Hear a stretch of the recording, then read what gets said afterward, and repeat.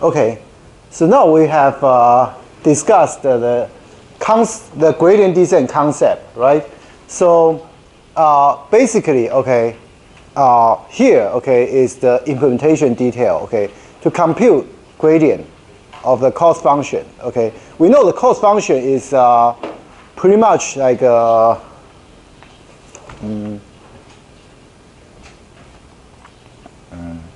should I? It's a summation y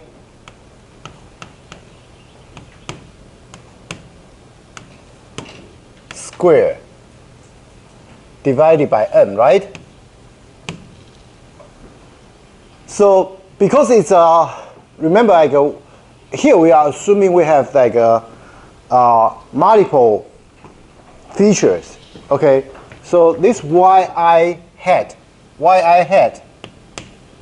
is actually theta 0 plus theta 1 x1 plus theta 2 x2 plus plus theta n xn. Just want you guys to remember what we have done, right? Okay, so you can plug in this yi hat in here, and then, okay, do the partial differentiation, okay, partial differentiation, because, well, we are talking about a higher dimensional situation, so it's a partial differentiation, okay, for any particular theta j. I mean, that's what we are going to get. When you partial differentiate theta j, okay, on this, okay, you can treat all the theta, all the other theta as constant. So all the other thetas are gone, okay. So you are going to end up something like this. Okay, it's very, very simple form, right? So this is for particular theta j. So if you try to, because we are trying to get like the vector, the gradient vector. So what you are going to get is like you do a partial derivative for theta 1, for theta 2, for theta 3, etc. for theta n. So you have n dimension vector here. Okay, so you can rewrite it something like this. Okay, and one thing here you need to be careful about is that obviously this is like to calculate any term here, you need to get like the value from all points, all samples, right? Okay, so this complexity, okay, basically is like well, it takes m, okay, it takes m, not n, okay, m is, remember we have two different different parameters that control the complexity. One is n represent the number of features, m represent number of samples, right? So here, I mean, it takes, we have to plug in n samples to obtain all these values. And well, this calculation, okay, is really like linear to the number of samples, okay? So we term this as like the gradient, okay, for the MSE, for the cost function, okay? This one actually, okay, will give us, okay, this formula just, I mean, I think I already discussed this formula, so I was, okay, but here, okay,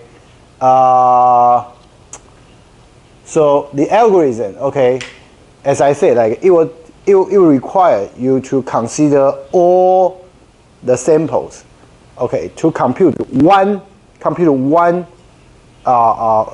gradient vector, okay. So each time it takes linear n, linear to like n samples to compute this gradient for each computation, and we call this algorithm batch gradient descent because it uses the whole batch of training data, all the samples, at every iteration. Okay, so it may be a little bit slow. It may be a little bit slow. Okay, because it takes all samples to determine the direction. Okay, so but you can see that gradient descent scales well with the number of features. It doesn't,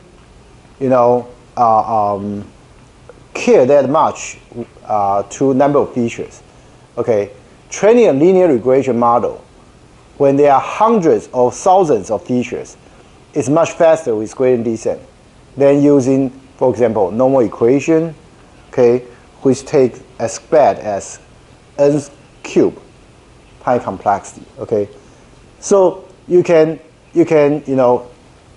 sort of like write the update function like this. The next location for theta is the original theta, okay, minus eta times this gradient. We already know what this is, right? This we got it from here.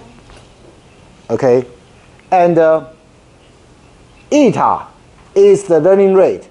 Okay, eta is the learning rate. You can see the eta times this gradient determine how much update will be taken.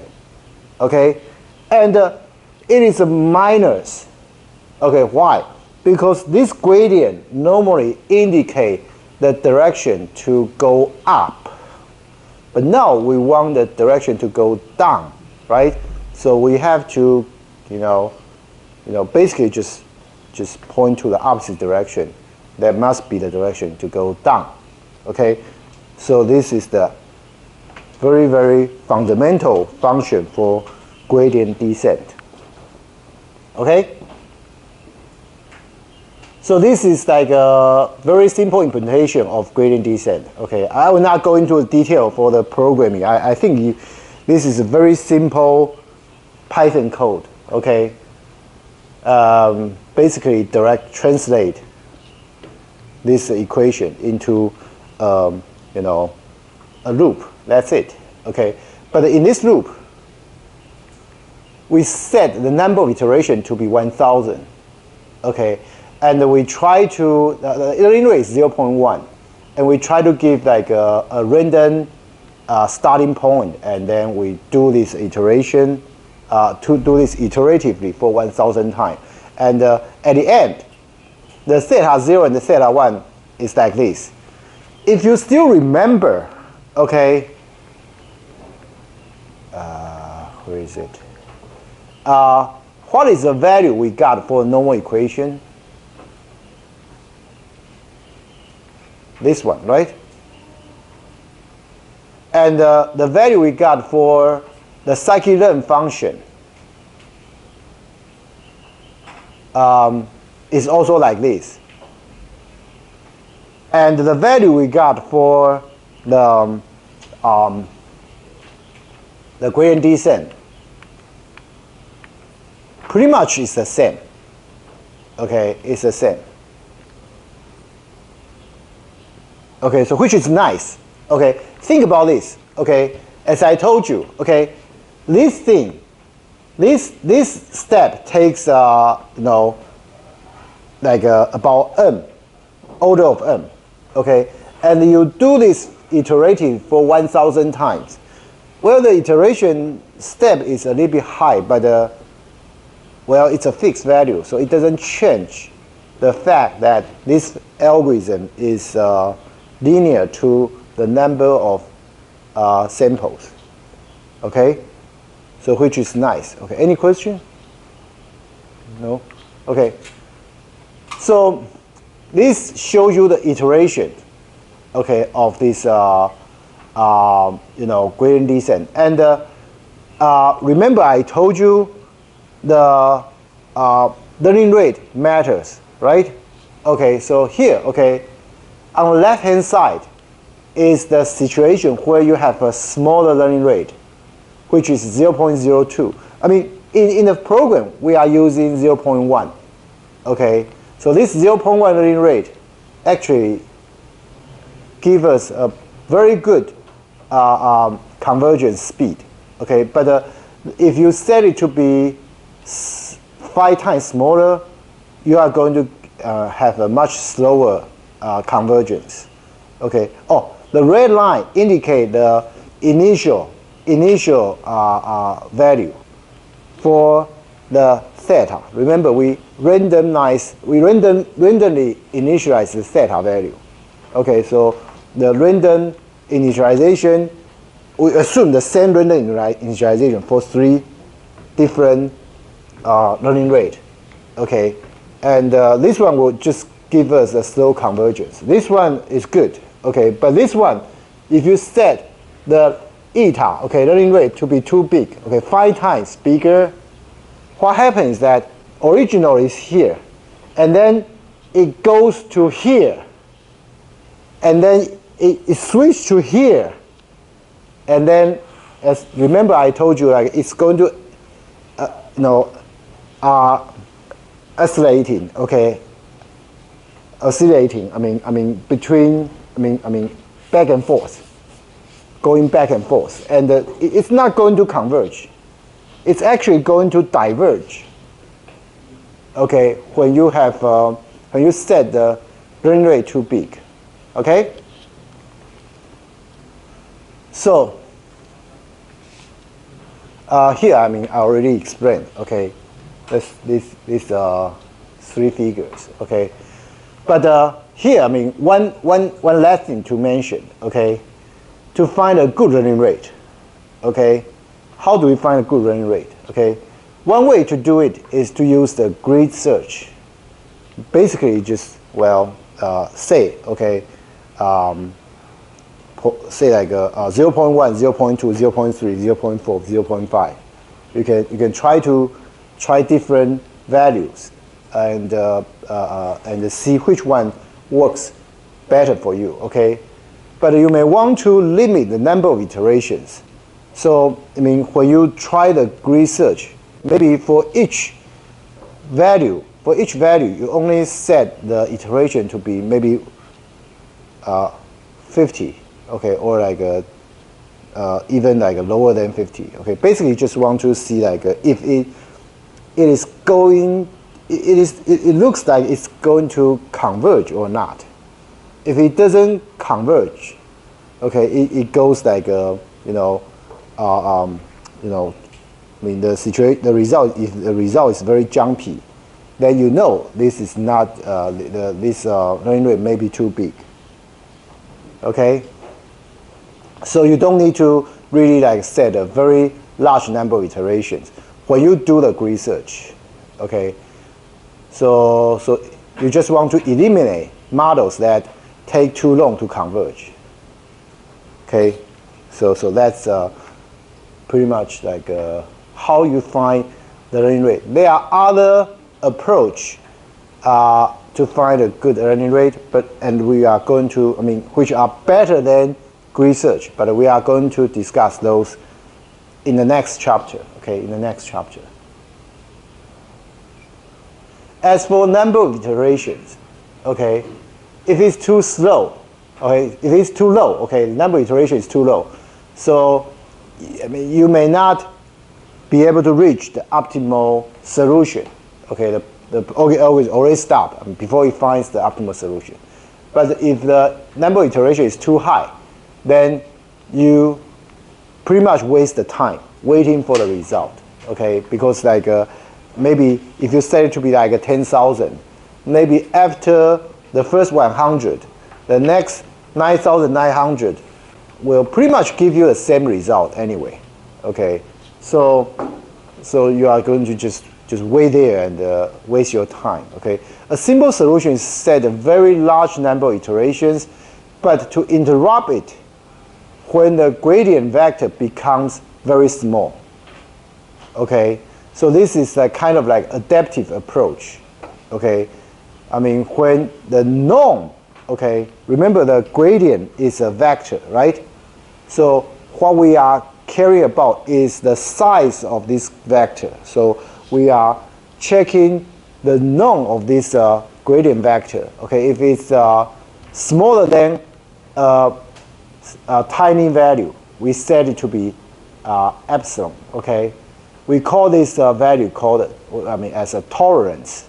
If it's smaller than the tolerance, we assume, okay, we stop the gradient descent and then assume we already reached the minimum. Okay.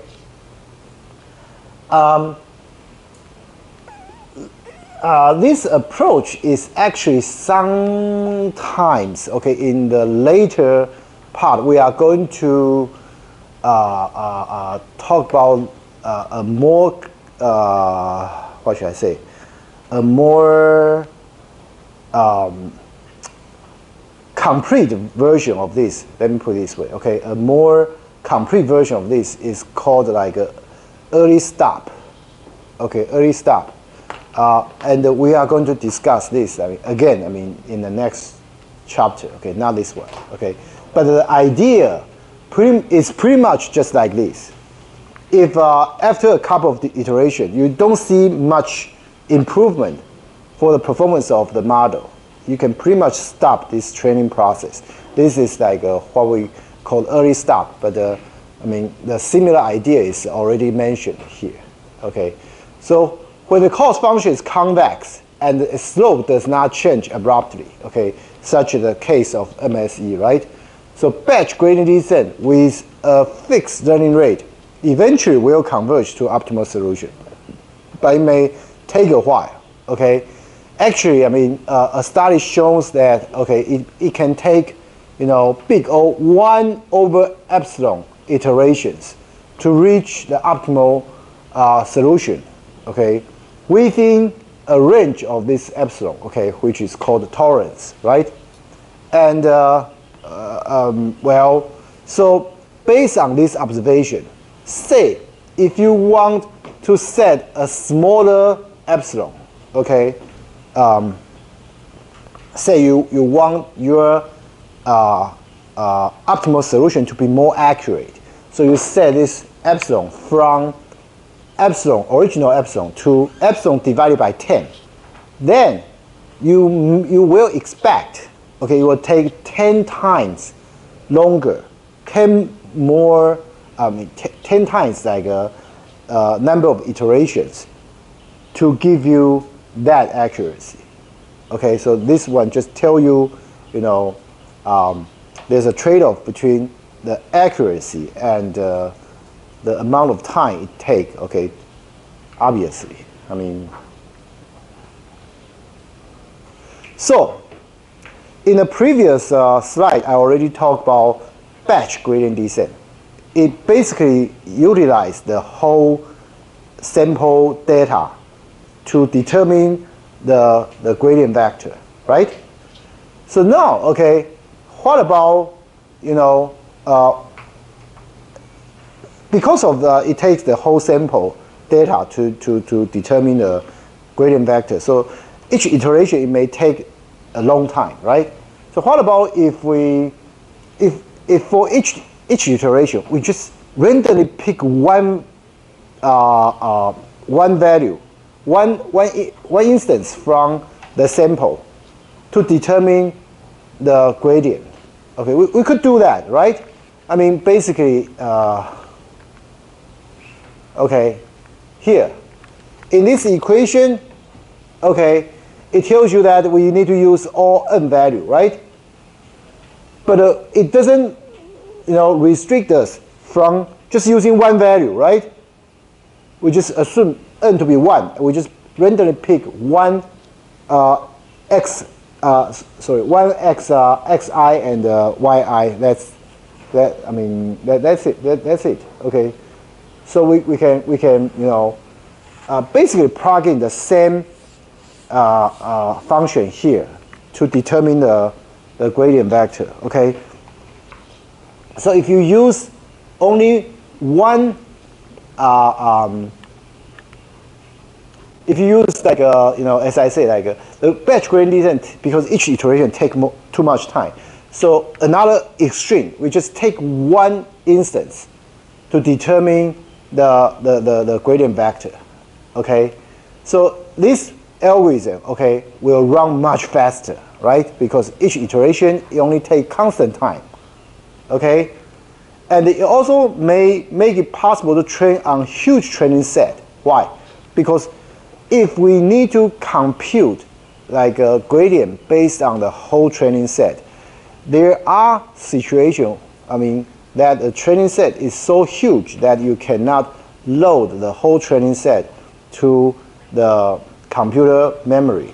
Okay, so in that case, like the batch gradient descent may be a problem because it considers the whole training set, right? But if you only consider one instance from the training set, obviously you no longer have that issue. So you don't need to worry about memory situation, okay? Regardless how big the training set is, okay? So on the other hand, okay, because due to its stochastic nature, if you don't know what stochastic word is, okay, basically stochastic you just replace it as a random, okay? It's just a more fancy way to call random, okay? So because like we randomly pick one instance, so obviously there are some random nature involved in this algorithm. This algorithm is much less regular than batch gradient descent. Okay, so instead of gently decreasing until it reaches the minimum, okay, the cost function will bounce up and down, decreasing only on average. So think about this. Because your data point, okay, even though your data, your training data, okay, may have a trend, but as I already told you, the data may also contain noise, right? And those noise may make your data set, like some data may tell you to go this direction, some data set may go you to go the other direction. Okay, but of course, like if it has a certain trend, there will be more data to tell you to go that particular trend, right? But it's just like there are some, you could say that those data is outlier or something. Okay, it will tell you to go somewhere else. Okay, but so if you happen to unfortunately pick up entry that is outlier, okay, the result may be slightly jumpy, but on average, okay, statistically speaking, okay, you are going to get get closer to the optimal solution. Yes, but it's just statistically speaking, okay. But the result is still going to be a little bit jumpy. Okay, so over time it will end up very close to minimum, but once it gets there, it will still continue to bounce around. Okay, so it's going to be somewhere close to the minimum, but not exactly minimum because of its stochastic, because of its random nature. Okay, so this algorithm is called SGD. Okay, in short. Okay. So once the SGD algorithm stops, the final parameter values are good, but not necessarily optimal. Okay? So it's going to be something like that. Okay? So if you use the whole data set to find the optimal, most likely, the converge direction is going to be much smooth. However, if you only use one, okay, each iteration, if you use only one instance, what happens? That you can see what happens is going to be like statistically it's going to converge to the minimum. Yes, but you can see there are some instances that actually bring you back. Okay, those instances may be caused by the noise. Okay, so those instances may bring you back. But And even when it reach this place, it is still jumpy. It is still jumpy. So no matter when you stop, okay, as I said, the solution is going to be, the solution you get from the SGD is going to be close to optimal solution, but not necessary optimal solution. At least not as good as the optimal solution. Okay. So there's one advantage that the SGD has that batch gradient descent does not have. Okay, which is, remember we talked about the local minimum. Okay, the local minimum is a bad situation, which because it well, if you use batch gradient descent, most likely because the movement is so smooth, so it's going to stay at the local minimum. Okay, you cannot escape from the local minimum pretty much. But if you use batch gradient descent, okay, because it has this jumpy nature. So the good news is that it can somehow help you to avoid being captured by the local minimum. Okay. So this is like one advantage that you may have, okay, from the SGD that you cannot have from the batch gradient descent. Okay. And this is an implementation. So again, which is actually similar to the batch gradient descent. So I will not go into the detail. Okay, but you can see that. Okay, here. Okay, we do this thing like after 50 times. Okay, this iteration only run it for 50 times. Okay, and we got pretty good solution. It's 4.21, right? But 2.77, right? If I remember correctly. So this is close to the optimal solution, but not as good. Not as good. But the speed is great, right? Only 50 iterations, and remember, each iteration you only use one instance, so it's very fast. Okay, it's very fast. This algorithm, actually, if you try to investigate time complexity, well, pretty much it's just linear to the number of iterations. But the number of iterations, if you fix to 50, well, you can pretty much say this algorithm is constant time.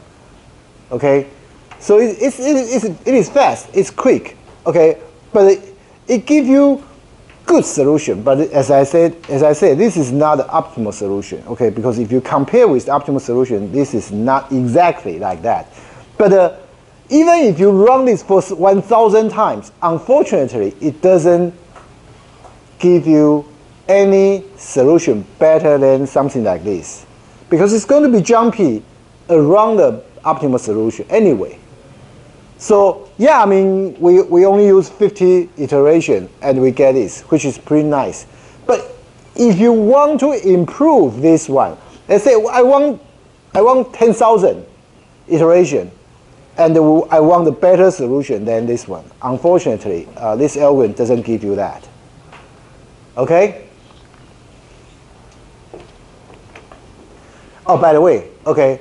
This batch gradient descent, stochastic gradient descent, all these ideas will be carried over to deep learning. Okay, that is why I talk about this. Okay, so you can see that this is like in the training. Okay, we start from the same initial location and use the stochastic gradient descent. Okay, the first 20 steps. Okay, it looks like it converges pretty fast, right? But after it reach like this area, okay, it actually like become very jumpy. Okay, around that area.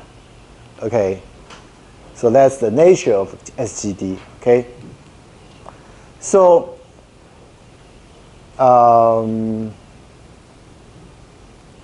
one more thing to talk about, okay, is that, okay, in the SGD, by the way, I mean, just want you guys to be aware, okay, SGD has been used in deep learning very often, okay, so we want to discuss it a little bit further, okay. So in the case of SGD, okay, because each time we pick one instance in in random, okay, in random order. So some instances may be picked several times, okay, per epoch. So while others may not be picked at all, okay. So this may make your algorithm, may make the result like the behave not that great, okay. So if you want to, ensure algorithm go through every instance at each epoch. So one approach is to shuffle the training set. You just shuffle the training set and then, use those to do the batch gradient descent. Okay, sorry, not batch gradient descent. To do the stochastic gradient descent. Okay, you go through. After the shuffle, you go through like instance. Your samples instance by instance, okay, and shuffle it again, and so on, okay. So this approach generally converges more slowly. Interestingly, okay, this approach actually converges more slowly, okay. Without shuffling, without working on all this, okay, the original version of batch gradient descent actually converge faster, but well. During the convergence, it may be more jumpy. That's the issue. Okay. So another thing, when using stochastic gradient descent, the training instances must be independent and identically distributed. Okay. Statistics, we call this thing, this nature, IID, independent and identically distributed. Okay.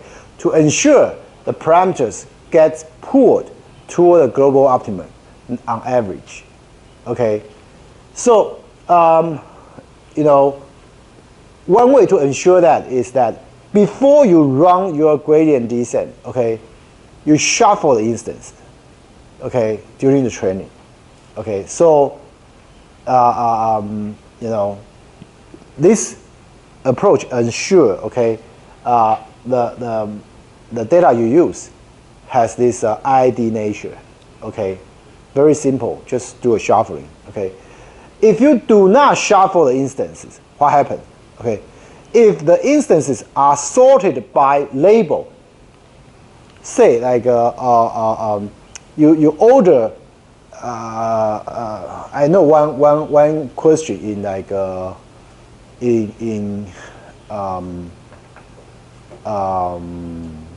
one famous question is to predict like a housing price, right? Housing price.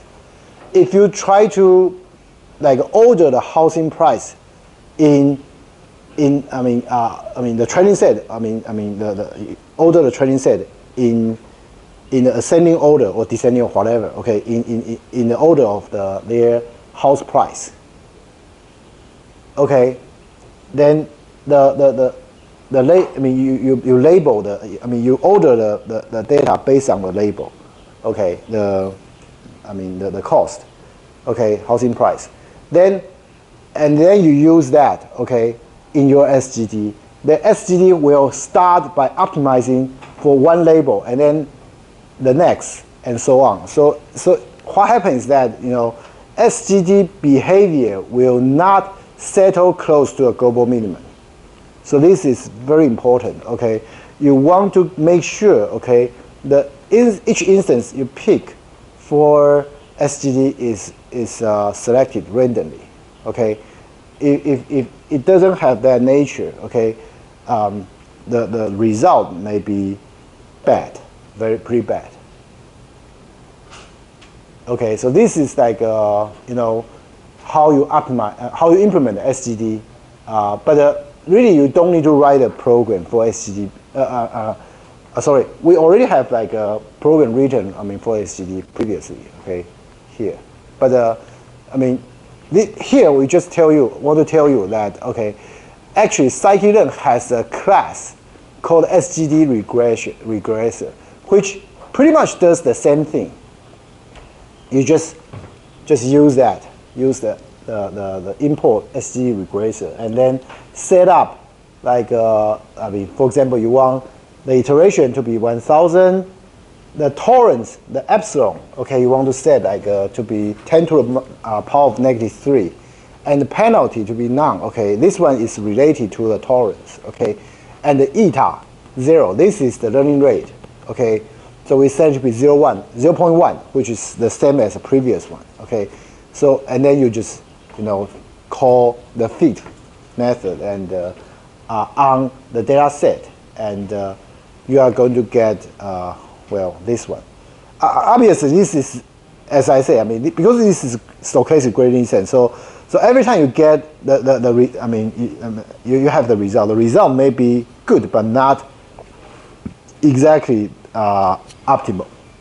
Okay, so that's SGD regressor. Okay, so we have two extremes. I already discussed two extremes, right?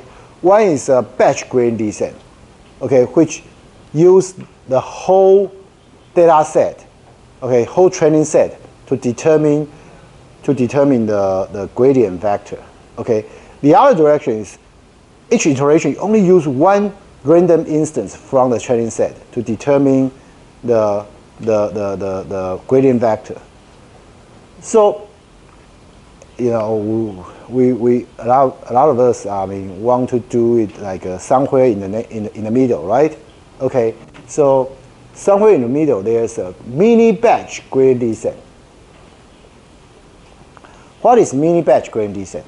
Okay, basically we know one instance, okay, even though it's randomly picked, okay, it will give us like a more jumpy result, right? But if you use the whole set, whole training set, it's slow, okay, it's slow. So in between, okay, we want to use, say, each time we use a fixed number of instances, but we randomly pick this fixed number of instances, okay? So that's like the idea of mini batch gradient descent.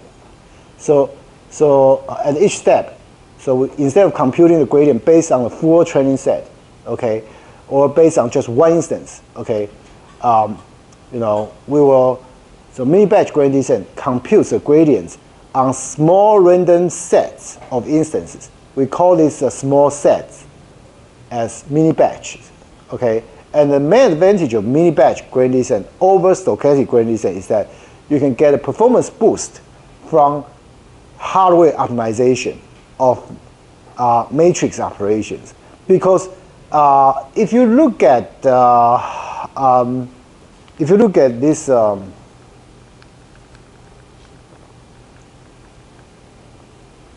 this original batch gradient descent formula, this is actually a matrix multiplication. Okay, this is actually a matrix multiplication. But of course, once you reduce this thing into one instance, then, well, it's no longer matrix multiplication. So, but if you use a fixed number of instances, you still pick those instances randomly. Say like each time you use only 100 instances from the training set, and then this is still going to be a matrix, and the matrix operation, okay, in many hardware, okay, there are matrix multiplication optimization that can speed up the computation actually, and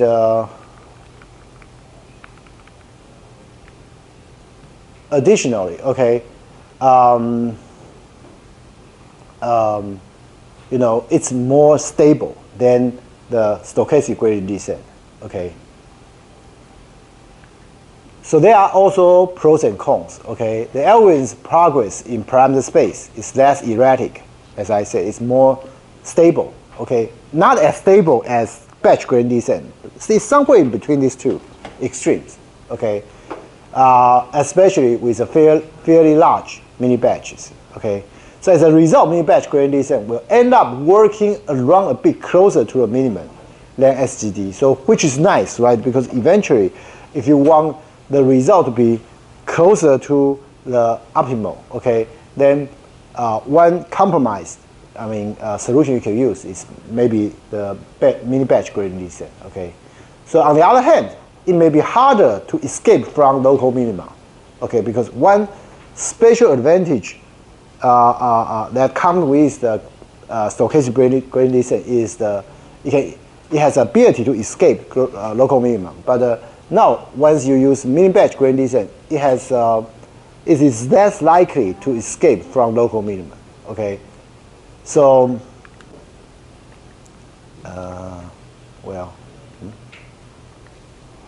so here shows here's a figure that shows like the convergence, like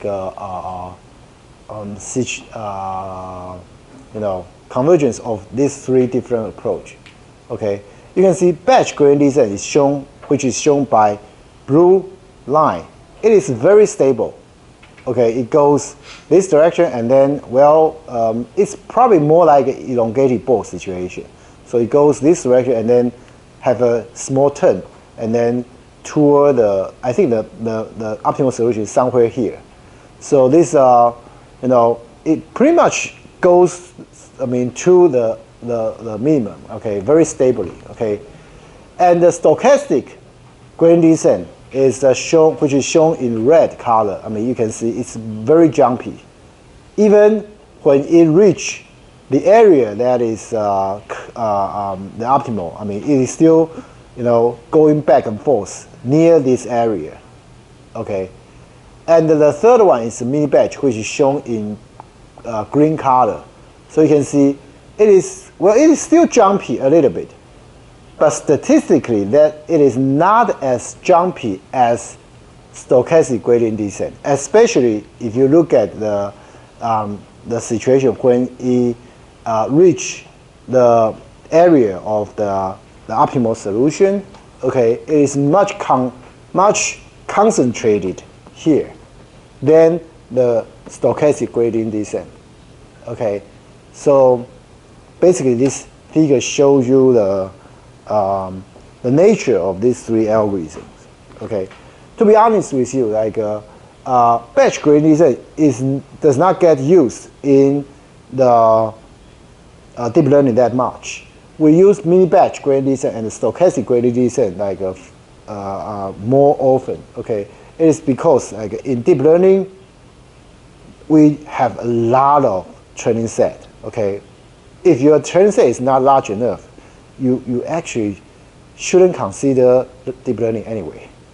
Okay, so because you have a large training set, so batch gradient descent a lot of time doesn't work well. Okay, so here, okay, we show you the comparison of algorithms for linear regression. Okay, so for normal equation and SVD, yeah, they have nothing to do with number of samples in the training set. Okay, but if there